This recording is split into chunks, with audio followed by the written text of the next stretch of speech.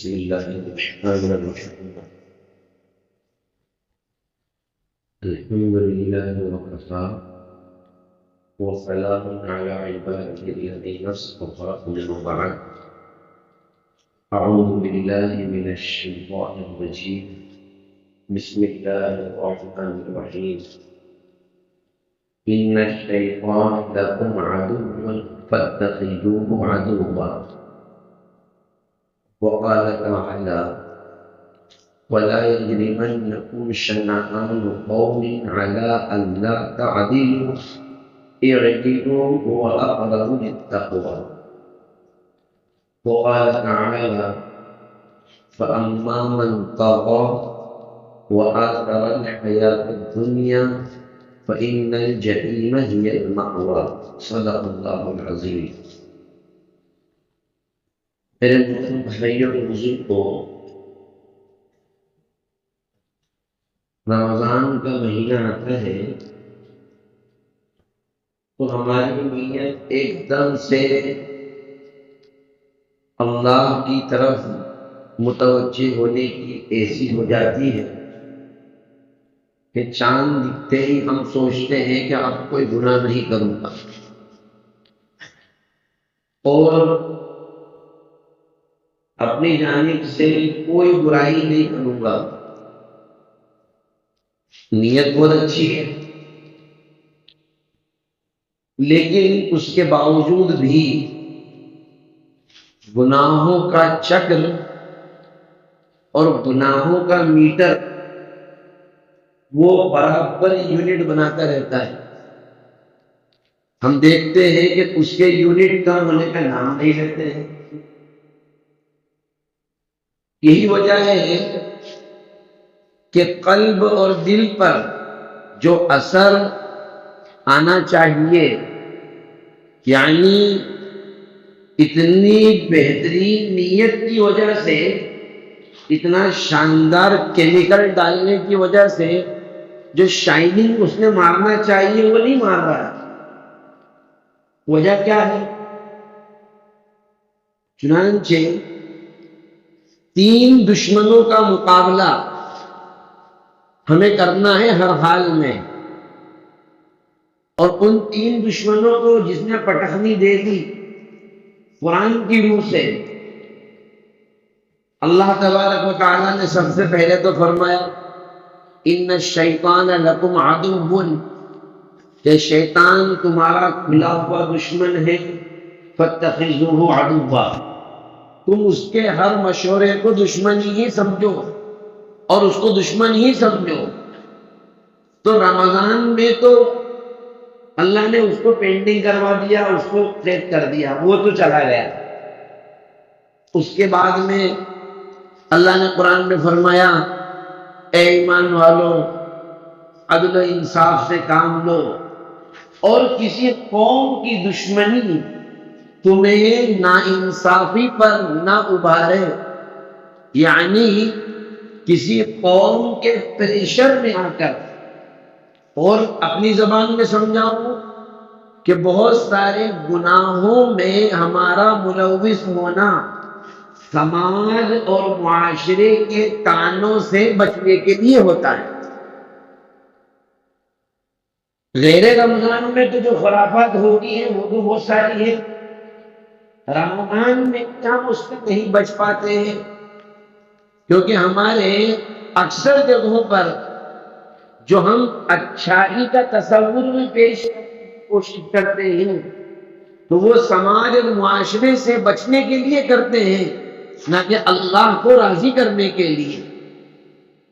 بھائی آج ہمارے آپس کے جو تعلقات ہیں، ہم دیکھ رہے ہیں شادی بیاہ میں اتنے بڑے بڑے پروگرام کا ہونا، رمضان کے مہینے میں بڑی بڑی افطار پارٹیوں کا ہونا، اس کے لیے بڑے بڑے گارڈن بک ہونا، بڑے بڑے شادی ہال بک ہونا. یہ کیا؟ یہ ہم اللہ کو راضی کرنے کے لیے کر رہے ہیں. یہ کہیں کے لیے کر رہے ہیں؟ اللہ کو خوش کرنے کے لیے.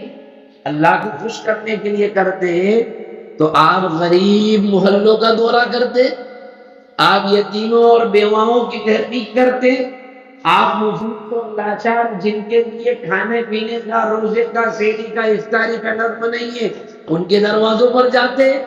یہ تو آپ اس لیے کر رہے ہیں کیا کہ سماج اور معاشرے کو اپنی تھنکنگ، اپنا پاور، اپنی مالداری اور اپنے تعلقات کو بتلایا جائے کہ دیکھو ہم نے کیا کارنامہ انجام دیا۔ اور بہت سارے تو بیچارے اتنے شریف ہیں، اتنے شریف ہیں، شرافت کے اتنے بڑے پیکرے مجسم ہیں کہ رمضان میں برتھ ڈے اور جنم دیوس سیلیبریٹ کرتے ہیں افطار پارٹی کے ذریعے سے۔ بچے کا جنم دن ہے، اس کو افطار پارٹی رکھی اور رمضان میں سیلیبریشن کر رہے ہیں۔ یہ انٹرنل دشمن ہے۔ وہ جو ایکسٹرنل دشمن کا شیطان، اللہ کہتا اس کو تو میں نے ڈال دیا، یہ اس کا تمہارے پاس کیا علاج ہے؟ اور تیسرا دشمن جس کو قرآن میں فرمایا فَأَمَّا مَن طَغَىٰ وَآثَرَ الْحَيَاةَ الدُّنْيَا فَإِنَّ الْجَحِيمَ هِيَ الْمَأْوَىٰ وَأَمَّا مَن خَافَ مَقَامَ رَبِّهِ وَنَهَى النَّفْسَ عَنِ الْهَوَىٰ فَإِنَّ الْجَنَّةَ هِيَ الْمَأْوَىٰ۔ سرکشی اور دشمنی اور اللہ کی نافرمانی کی طرف لے جانے والا جو دشمن ہے وہ ہمارا اپنا نفس ہے، وہ ہمارے اپنے اندر کی کیفیت ہے، وہ ہمارے اپنے اندر کے جذبات ہے کہ دل کو جو متوجہ کرنا چاہیے زبان سے تو کہہ لیا، لیکن دل کو وہ کیٹیگری اور وہ پاور نہیں حاصل ہو پایا کہ جو اڑان بھر کر کے اللہ تبارک و تعالیٰ کے حضور حاضر ہو جائے۔ مسجدیں بھری ہوئی ہے، کوئی شک نہیں، مسلمان مسجدوں میں حاضر ہے، لیکن قلب کی جو حضوری چاہیے وہ نہیں ہے۔ وہ احمد آباد کا پلین کریش ہوا، کیوں ہوا؟ کوئی کیا وجہ بتاتا ہے؟ کوئی لوگ کہتے ہیں اس کو جو تھرسٹ ملنا چاہیے وہ نہیں مل پایا۔ کیا مطلب؟ یعنی وہ جب رن وے پر دوڑتا ہے تو دوڑنے کے بعد ہوا میں اڑنے کے لیے ایک خصوصی پاور چاہیے ہوتا ہے۔ جو پرانے ڈرائیور لوگ ہیں وہ جانتے ہیں کہ پہلے جب 4 لائن روڈ نہیں بنے تھے تو ایک اسپیشل گیئر آتا تھا جو گھاٹ پہ ہی لگتا تھا، اس کو لگانے کے بعد گاڑی گھاٹ پر چلتی تھی، وہ پرانے لوگ جانتے ہیں۔ تو ایسے ہی قلب اور دل، ظاہر سی بات ہے ایک طرف انسان ہے اور ایک طرف رب ذوالجلال ہے، جو جلال بھی ہے جمال بھی ہے، جو کمال بھی ہے نوال بھی ہے، جو ہمارا مقصد بھی ہے مقصود بھی ہے، جو ہم کو دیکھ بھی رہا ہے، سب کچھ ہمارا ہے۔ اب وہ کہہ رہا ہے کہ آؤ میرے پاس، اڑان بھر کر کے میرے پاس آؤ۔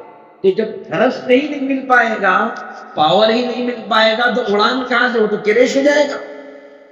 وہ تو اور کریش کے مسجد میں ہے، یعنی ہم ایئرپورٹ پر ہیں تو یہاں اچھے ہیں، سیف ہے، کوئی دقت نہیں، لیکن پاور نہیں کیا، جیسے ہی باہر نکلیں گے وہ کریش، جیسے احمدآباد والا کریش ہوا، وہ باہر نکلتے ہی ہمارا پلین کریش۔ کیسے کریش ہوا؟ یہاں تو دل اچھا ہے لیکن باہر جاتے ہی بدنگاہی شروع، جھوٹ شروع، دھوکہ شروع۔ وہ نماز سے پہلے دل کے مثال دیکھ کس کو کون سی گولی دینا ہے وہ کام شروع۔ کیوں ہوا؟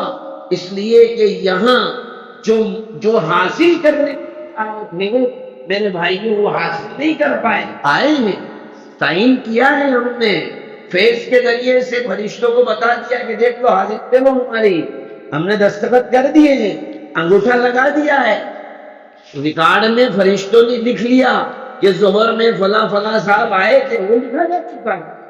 وہ ایسا نہیں ہے وَمَا رَبُّكَ بِظَلَّامٍ لِّلْعَبِيدِ، تمہارا پروردگار کسی بھی بندے پر ظلم کرنے والا نہیں ہے، لیکن جو اندر کی کیفیت حاصل ہونا چاہیے کرنٹ، وہ کیسے حاصل ہوگا؟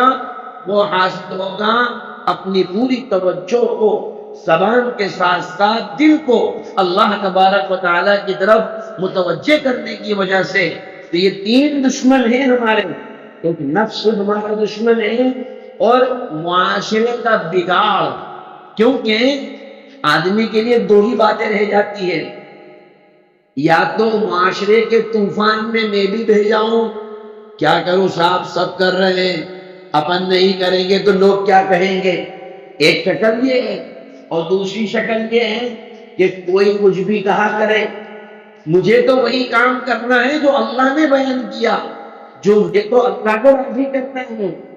اسی لیے معاشرے کو خوش رکھنے کے لیے نافرمانی کا کام کرنے والے، ان سے معاشرہ بھی خوش نہیں رہتا ہے.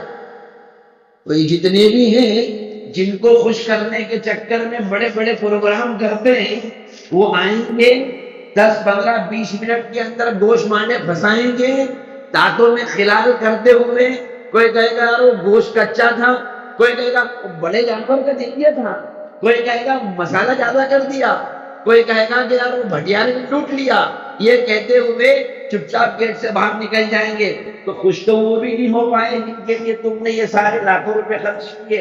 اس لیے اللہ نے کیا فرمایا، نبی اکرم صلی اللہ علیہ وسلم نے کیا فرمایا، جو اللہ کو راضی کرنے کے لیے بندے چاہے ناراض ہو قدم اٹھائے گا، اللہ تبارک و تعالیٰ تو خوش ہوگا ہی، مخلوق کے دل میں بھی اللہ اس کی محبت ڈال دے.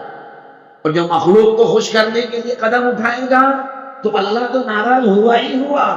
ضروری نہیں کہ مخلوق بھی خوش ہو جائے، بلکہ ہو سکتا ہے وہ بھی ناراض ہو جائے. تو دوسرا دشمن معاشرے کا بگاڑ، اور یہ بیانوں سے حل نہیں ہوگا، یہ تقریروں سے حل نہیں ہوگا، یا چائے پیتے پیتے بات کرنے سے حل نہیں ہوگا. یہ ہوگا اپنی عملی زندگی خود سے کرنے سے. ہم دوسروں کے برابر نگاہ میں رکھ رہے ہیں کون کیا کر رہا ہے، اس سے کبھی بھی سدھار نہیں آئے گا. خود قدم، میں گھر کا مکھیا ہوں، مجھے فیصلہ لینا ہے کہ میں کیا حلال ہے کیا حرام ہے، تب یہ معاشرے کا سدھار پیدا ہوگا.